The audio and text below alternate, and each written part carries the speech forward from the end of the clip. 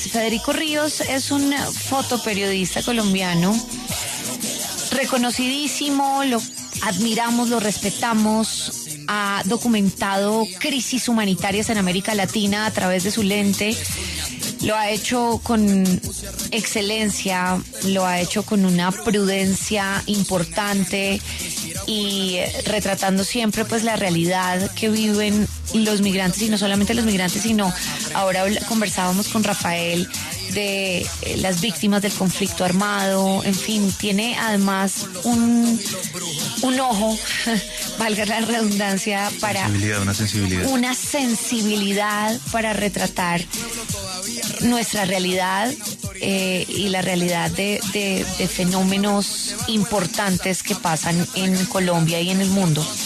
Federico, la verdad es que quedamos como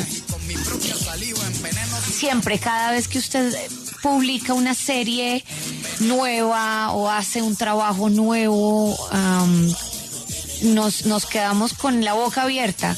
Lo felicitamos por lo último que ha hecho. Usted ha retratado la difícil situación de cientos de migrantes deportados, atrapados en un hotel en Panamá. Gracias por estar acá, Federico. Buenos días y gracias a ustedes por invitarme. Yo quiero preguntarle por esto reciente, por lo último. ¿Cómo fue este trabajo para usted? ¿Qué significó haber ido a este lugar y haber experimentado lo que experimentó usted y haber retratado estas fotografías? Bueno, nosotros empezamos a seguir la pista de las decisiones del nuevo gobierno de los Estados Unidos en cabeza de Donald Trump, y nos dimos cuenta que el gobierno estaba planeando de forma articulada con otros países de Centro y Suramérica empezar a deportar migrantes y solicitantes de asilo y refugio. Entonces, a través de un comunicado de prensa del gobierno panameño, el presidente Molino difundió que un número indeterminado de migrantes iban a aterrizar en Panamá, y nos pareció que era muy importante documentar esto. Nosotros habíamos documentado también hace unos 15 días más o menos la llegada de unos aviones con deportados a Colombia en un episodio que todos recordamos bien, complicado para el país, en el que el presidente de Colombia le respondió al gobierno de los Estados Unidos que no iba a recibir a los migrantes en esas condiciones, y una semana más tarde llegaron los migrantes en unas condiciones por lo menos un poquito más dignas. A Panamá fueron deportados migrantes de África, Medio Oriente y Asia. Muchos de ellos no hablan español ni inglés. La mayoría de ellos habían perdido sus documentos y sus teléfonos celulares. No tenían equipajes, y el gobierno de Panamá lo que hizo fue ponerlos bajo custodia en un hotel en el centro de la ciudad por varios días. Entonces nos vinimos a Panamá y estuvimos tratando de comunicarnos con estas personas. Conseguimos comunicarnos con algunos de ellos que todavía tenían sus teléfonos celulares, y pues esa es la historia que hemos estado publicando y que seguimos investigando desde New York Times. ¿Sabe qué me llama la atención? Que las fotografías que vimos son desde afuera del hotel, ¿verdad? Como desde al frente. Y es muy impresionante porque pues desde al frente se logra ver una realidad,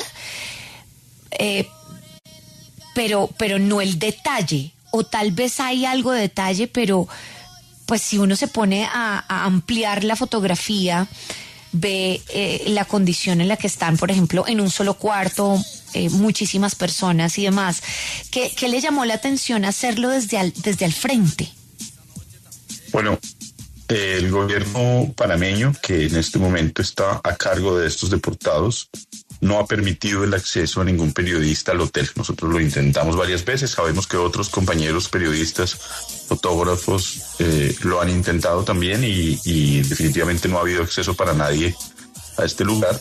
Así que necesitábamos resolver desde afuera cómo contar la realidad de estas 300 personas que están en estas condiciones.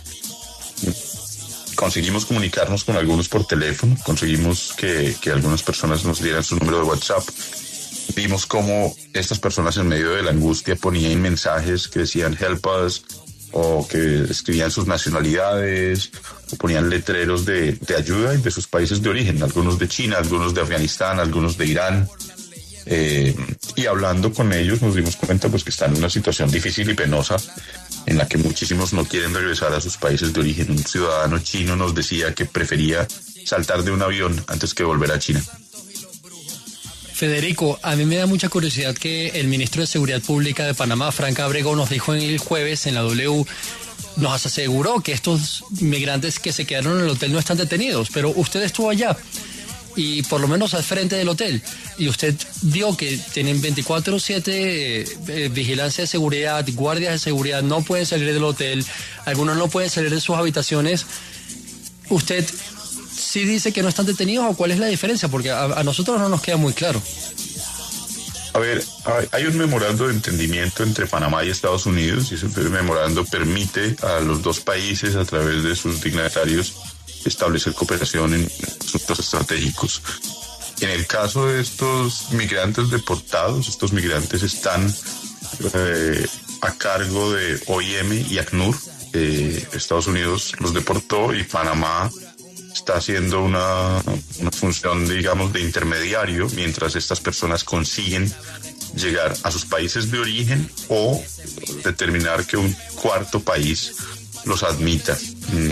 Mientras tanto, entre el gobierno, la OIM y la ACNUR son los encargados, digamos, de administrar estas personas. Para mí es complicado, digamos, definir los términos jurídicos. Lo que yo sí puedo decir, pues, con tranquilidad, es que estas personas no tienen libertad de movilidad, pero yo no sé cuál es su condición legal frente al Estado de Panamá. El ministro Ábrego, en la entrevista que dio con ustedes y en las otras entrevistas que ha dado y en los comunicados de prensa que ha publicado desde el ministerio, ha sido claro en decir que estos ciudadanos no son unos criminales para el país, pero el país tiene una responsabilidad en administrar y en asegurar el flujo de estos individuos que vienen desde Estados Unidos en esa calidad de deportados. Yo creo que en los días próximos o meses, no estoy seguro cuánto tiempo tarde eso, voces expertas van a evaluar las condiciones de legalidad de toda esta operación y pues yo estaré atento a leer a los expertos. Federico, en la prensa panameña hay algunos analistas que afirman que Mulino está cediendo demasiado, aceptando 3 vuelos de deportados y haciendo toda esta maniobra con la Organización Internacional para las Migraciones y la ACNUR por las amenazas de Trump de retomar el canal de Panamá. ¿Usted piensa lo mismo? ¿Tiene este mismo análisis? Pues yo he visto a Costa Rica recibir deportados, a Colombia recibir deportados, a Venezuela. Sí, Federico. En este momento que están recibiendo deportados. Yo creo que los pueblos latinoamericanos y sus gobernantes son pueblos dignos y autónomos y siento que el gobierno panameño está haciendo lo que puede y lo que considera correcto.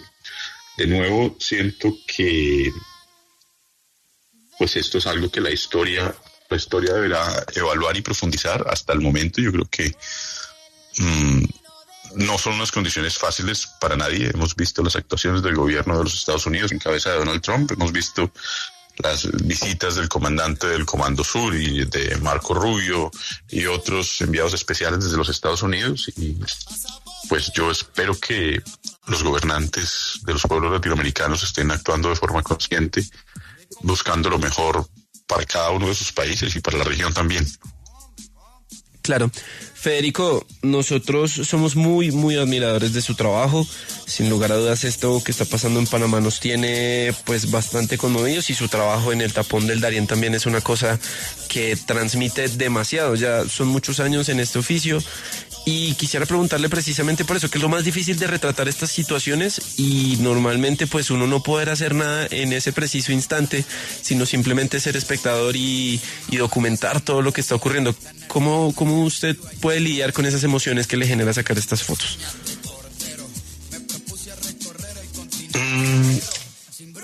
A ver, yo creo que esto es muy importante verlo desde una perspectiva profesional. Para mí, ser un testigo de lo que está sucediendo con estos individuos en una condición humanitaria compleja es muy importante y a mí de alguna forma me satisface contradecirte. Yo creo que no me quedo sin hacer nada.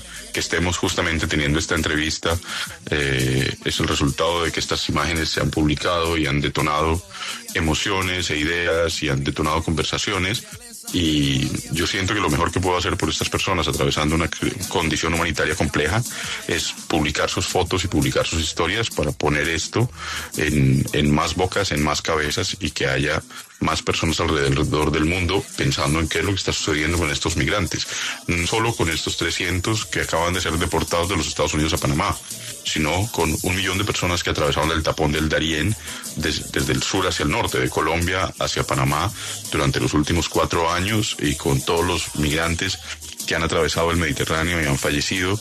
Así que yo creo que la función del periodismo no es encontrar respuestas inmediatas para las crisis humanitarias. O sea, el trabajo no es ir y comprar un mercadito y llevárselo a una de estas familias que está ahí detenida seguramente pasando dificultades, ni romper un cristal y liberarlos, porque pues mi posición no es como una idea de hacer esos gestos como, no sé, heroicos, pero también oníricos, sino más bien como de visibilizar la situación que están atravesando estas personas y poner esto en la mesa para un debate público amplio y para que entendamos como humanidad qué es lo que está sucediendo. Pero además yo creo que en el fondo mi forma de reconciliarme y de atravesar todas estas emociones y de poder acostarme en las noches y dormir tranquilo es pensar que esto es un gesto de anotar visualmente la historia del mundo minuto a minuto. Entonces, pues no soy yo, somos un grupo enorme de colegas periodistas en todo el mundo, algunos fotógrafos, algunos en radio como ustedes, otros en prensa escrita o en televisión. Lo que estamos haciendo es construir unas anotaciones sobre lo que está sucediendo en la historia del mundo, y yo creo que para mí eso es importante, de forma que las generaciones venideras se puedan asomar y revisar con detalle qué fue lo que pasó. De acuerdo, y ahora pues que usted lo señala, no solamente pues este fenómeno de la migración, digamos, del éxodo, pasa en el Darién, etcétera, lo vimos, mire, el 16 de enero nos fuimos al Catatumbo y lo registramos, y era tan difícil para nosotros tener que contarle a la gente lo que estaba pasando, pero como narraban todas estas personas que tenían que salir de sus casas con nada. Y esto es básicamente lo que tenemos que hacer como periodistas.